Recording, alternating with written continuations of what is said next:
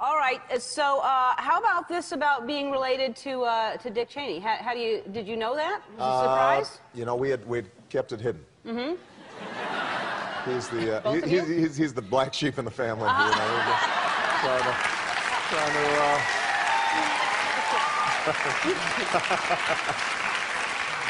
Now, y'all ever go hunting together or anything like that, or no? Family hunting parties, No? I bow out. Yeah. No reunions or anything like that? Not yet. But I may show up. Who knows? Really? At a family reunion? Next time. But I mean, how did y'all, if it's that far back, how would you cross-reference a family member to find that out? You know, I guess there are these genealogists. They do genealogies on various people, and some genealogist has done one on me.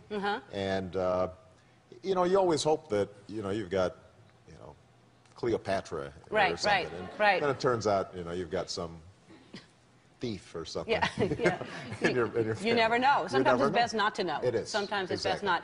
All right, and so maybe you could be him for Halloween, Dick Cheney. I was thinking about that. Yeah. I saw some of those costumes, by the way. You looked sharp. Thank you. Yeah. Thank you very much. Yeah, you make a good Elvis.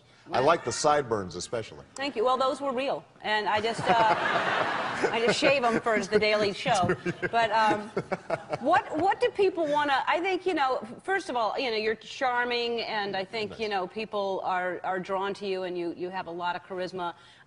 And politics, I really don't understand a lot about politics. I'll try to ask you some questions, and I think we have people at home and in the audience that have questions.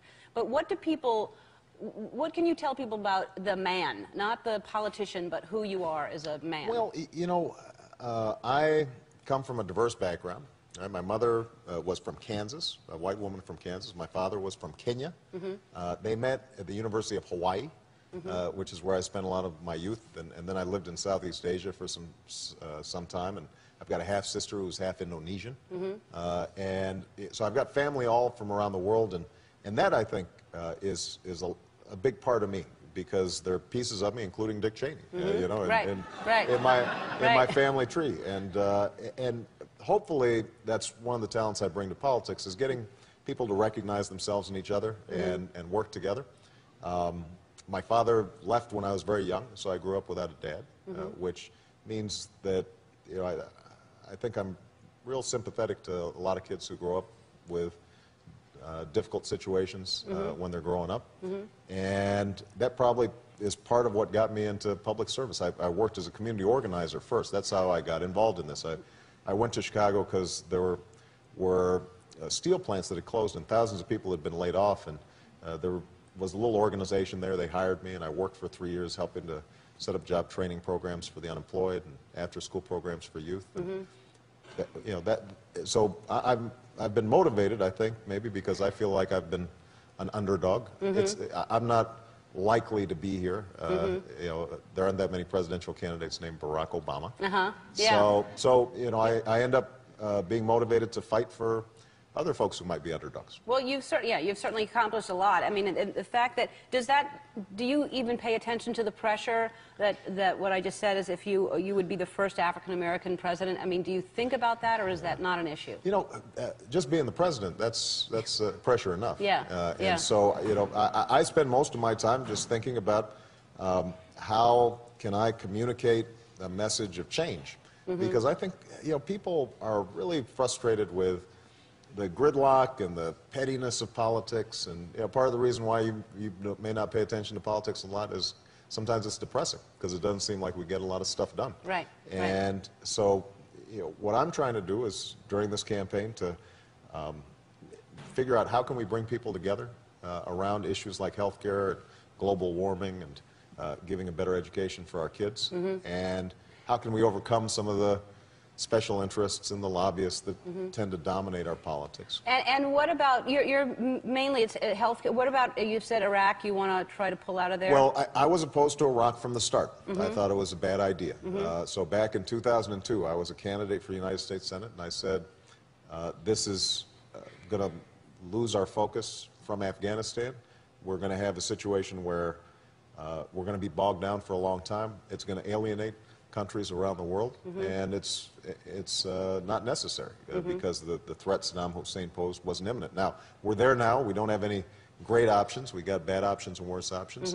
But I do think one of the things I want to do as the next president is repair the damage that's been done around the world. And that means a president who I think can listen and can communicate with a lot of different kinds of people. And that's where having lived overseas, I think, is an advantage in trying to communicate to the world that America wants to lead, but by example and by deed, and because you know, we have values that are universal.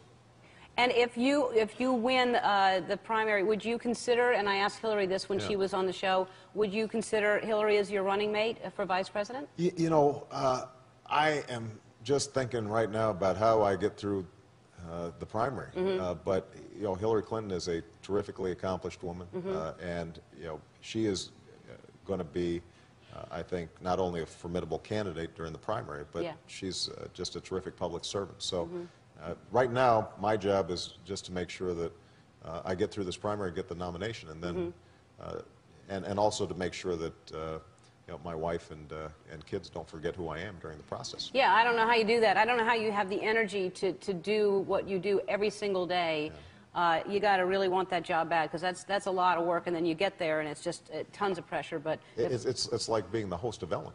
Almost. It's almost that kind of pressure. Yeah. It's. I mean. How do you handle it? I don't know.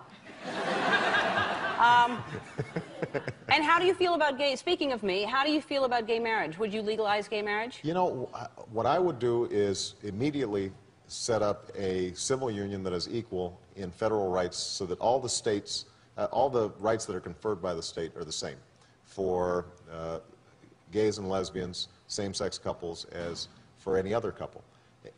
In terms of marriage, what I would do is I would say that each religious denomination can make up their own decisions. Now, my denomination, United Church of Christ, we recognize same-sex marriages, and I think the other denominations may feel differently about it. But the state has to make sure that everybody's rights are equal. And right now, we've got over 1,200 benefits that married people get that people who have civil unions that are recognized by their own states don't get. And that's just, it's not right, and it's not fair. It's not right. It's not fair. It's not fair. But